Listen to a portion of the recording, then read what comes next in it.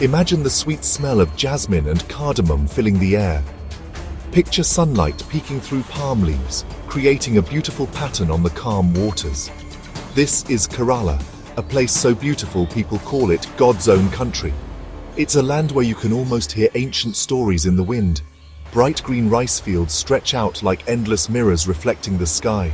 Temples, decorated with amazing carvings, stand tall like guardians of time. This paradise is where the famous story of the Mahabharata comes to life, its heroes connected to the spirit of Kerala. The people of Kerala, with hearts as warm as the tropical sun, carry special traditions. They move with the grace of dancers, their lives connected to the rhythms of nature.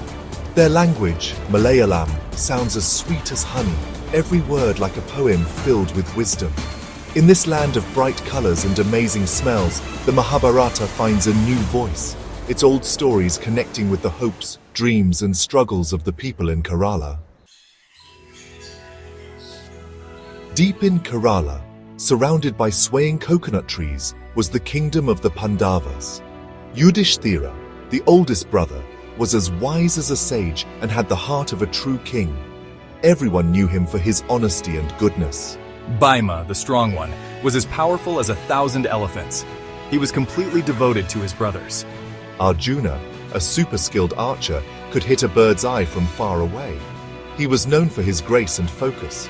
Nakula and Sahadeva were twins who were always together. Nakula, the charioteer, could drive through any dangerous path. Sahadeva, the smart one, had a mind as sharp as a sword. These 5 brothers were inseparable, their lives forever connected. They were the pride of Kerala, their names spoken with respect in every home.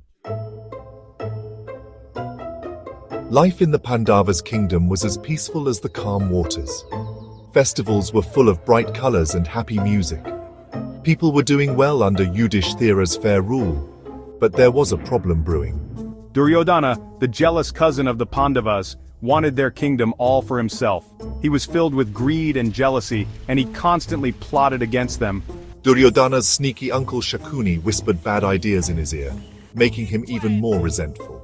Together they came up with a plan, a dice game that was rigged against the Pandavas. They knew Yudhishthira loved to gamble, so they challenged him, their eyes shining with mischief.